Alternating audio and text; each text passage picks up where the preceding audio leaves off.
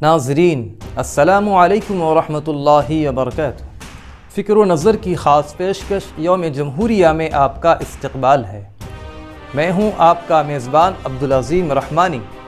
آج کے اس خاص تجزیے میں ہم جانیں گے کہ بھارت میں 26 جنوری کو یوم جمہوریہ کیوں منایا جاتا ہے۔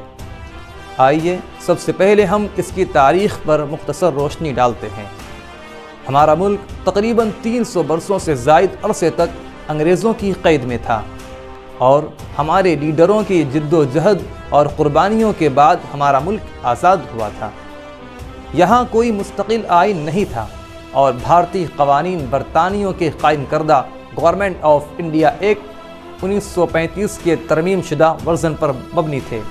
تاہم آزادی ملنے کے 2 ہفتوں کے بعد یعنی 29 اگست 1947 عیسوی کو ڈاکٹر بھیم راؤ امبیڈکر کی صدارت میں بھارتی آئین کا مسودہ تیار کرنے کے لیے ایک کمیٹی تشکیل دی گئی۔ کافی محنت اور غور و فکر کے بعد آئین کا مسودہ تیار کیا گیا۔ آئین کا پہلا مسودہ 4 نومبر 1947 عیسوی کو بھارتی دستور ساز اسمبلی میں پیش کیا گیا تھا۔ 2 سال 11 مہینے 18 دنوں کے اس عرصے میں اس اسمبلی نے 166 مرتبہ اجلاس کیا تھا۔ اسمبلی کے 308 ممبران نے کئی اجلاس میں عوام کو بھی شامل کیا تھا، اور مسودہ میں کئی مرتبہ ترمیم بھی کی گئی تھی۔ بالآخر 24 جنوری 1980 عیسوی کو اسمبلی کے ممبران نے دستور کی 2 تحریری کاپیوں پر دستخط کیے، جن میں سے ایک انگریزی اور دوسرا ہندی میں تھا، اور پھر 2 دن بعد تاریخ رقم کی گئی۔ ڈاکٹر راجندر پرساد کی صدر جمہوریہ کے طور پر تقرری 26 جنوری 1950 عیسوی کو ڈاکٹر راجندر پرساد کی بھارت کے صدر کی حیثیت سے پہلی مدت میں ملازمت کا آغاز ہوا تھا۔ علاوہ ازیں اسی دن آئین ساز اسمبلی نئے آئین کے تحت ہندوستان کی پارلیمنٹ بنی۔ آئین کا نفاذ 26 جنوری 1950 عیسوی کو عمل میں آیا تھا۔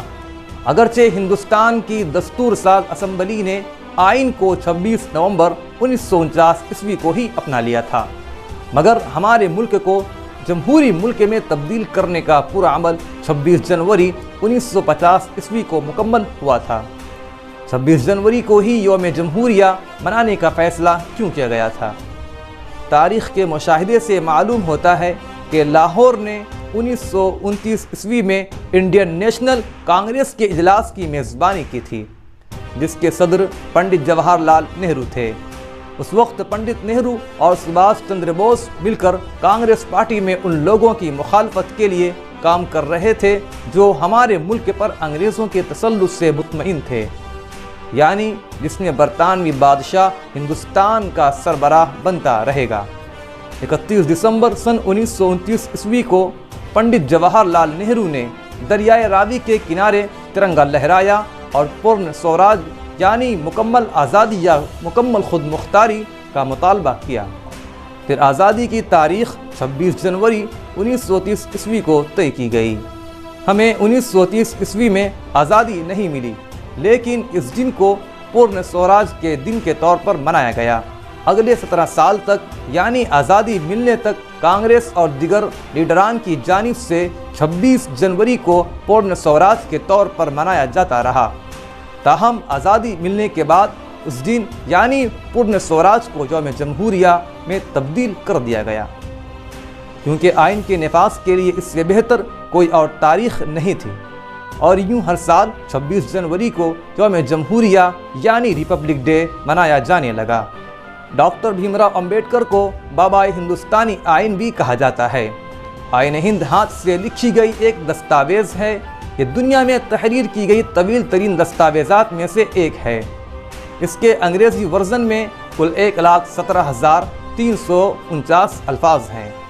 آئین ہند کی اصل کاپی پر پارلیمنٹ کے 283 ممبران کے دستخط موجود ہیں۔ آئین ہند کے پیش لفظ یعنی پریامبل میں لفظ سوشلسٹ ایمرجنسی کے دوران 42ویں ترمیمی ایکٹ 1776 کے تحت شامل کیا گیا تھا۔ آئین کی اصل کاپی پارلیمنٹ کے لائبریری میں اب بھی محفوظ ہے۔ ہندوستانی آئین کے پیش لفظ یعنی پریامبل میں صرف ایک مرتبہ 18 دسمبر 1976 عیسوی کو ترمیم یعنی سنشودھن کی گئی ہے۔ خیال رہے کہ یہ ترمیم ایمرجنسی کے دوران ہوا تھا۔ اصل آئین ہند پریم بہاری نارائن رائے زادہ نے لکھا تھا۔ اس کا ہر صفحہ شانتی نکیتن کے فنکاروں نے ڈیزائن کیا تھا۔ پہلے مسودے میں 2000 ترامیم کی گئی تھیں۔ یاد رہے کہ 26 جنوری سن 1950 عیسوی کو ملک کا قومی نشان بھی اپنایا گیا تھا۔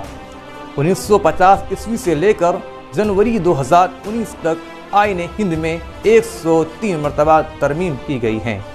آئین ہند کی خصوصیات میں سے یہ ہے کہ برطانیہ، آئرلینڈ، جاپان، امریکہ، جنوبی افریقہ، جرمنی، آسٹریلیا اور کینیڈا سمیت 10 دیگر ممالک کے آئین سے ماخوذ ہیں۔ آئین ہند کا بنیادی ڈھانچہ گورنمنٹ آف انڈیا ایکٹ 1935 عیسوی پر مبنی ہے۔ ناظرین، امید کرتا ہوں کہ آپ کو ہمارا تجزیہ ضرور پسند آیا ہوگا۔ اس تجزیے کو اپنے دوستوں کے ساتھ ضرور شیئر کیجیے۔ اگر اب تک آپ فکر و نظر سے نہیں جڑے ہیں تو فوراً جڑ جائیے اور بیل آئیکن بھی دبا دیجیے۔ اگلی ویڈیو میں پھر ملیں گے انشاءاللہ۔ شکریہ۔